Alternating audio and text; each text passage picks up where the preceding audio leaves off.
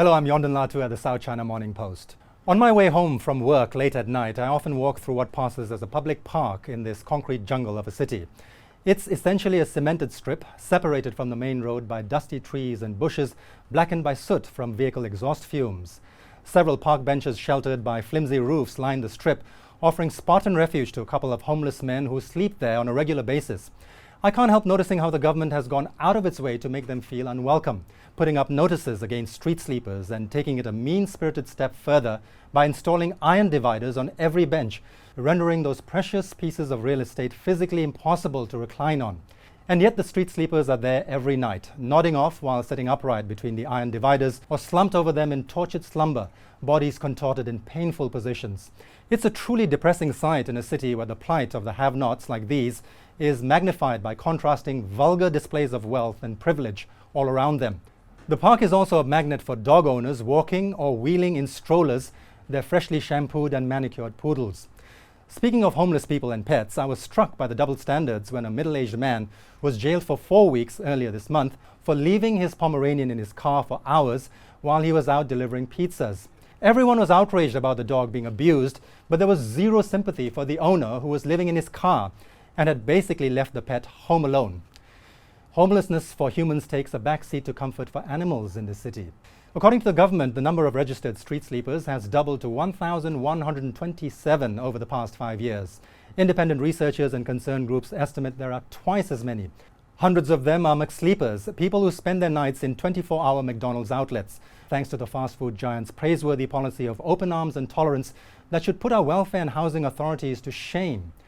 Think about it. While our government is on a crusade to clear the homeless out of public places instead of taking truly bold action to tackle the causes of grinding poverty and insane property prices, McDonald's is providing the immediate relief that nobody else could be bothered to. Hong Kong's widening wealth gap, already worse than in countries such as South Korea, Japan, Britain, and the United States, has become obscene.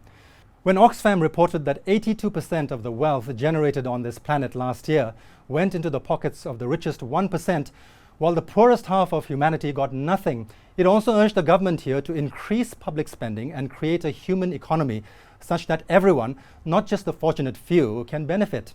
I don't see anyone doing anything about it, really. In fact, all I hear these days is the buzz about Crazy Rich Asians, the Hollywood blockbuster featuring a bunch of disgustingly wealthy people living overprivileged lives in Singapore. I get the whole thing about a movie with an all-Asian cast finally breaking the box office in an industry that usually prefers white actors in yellowface to portray people from this part of the world. But all this brouhaha about celebrating Asian pride is sickening, to say the least. Sorry, what exactly are ordinary Asians so proud and excited about here? That we can also boast of people who charter private jets and own islands? That over-the-top opulence enjoyed by a few among us is cause for the rest to celebrate?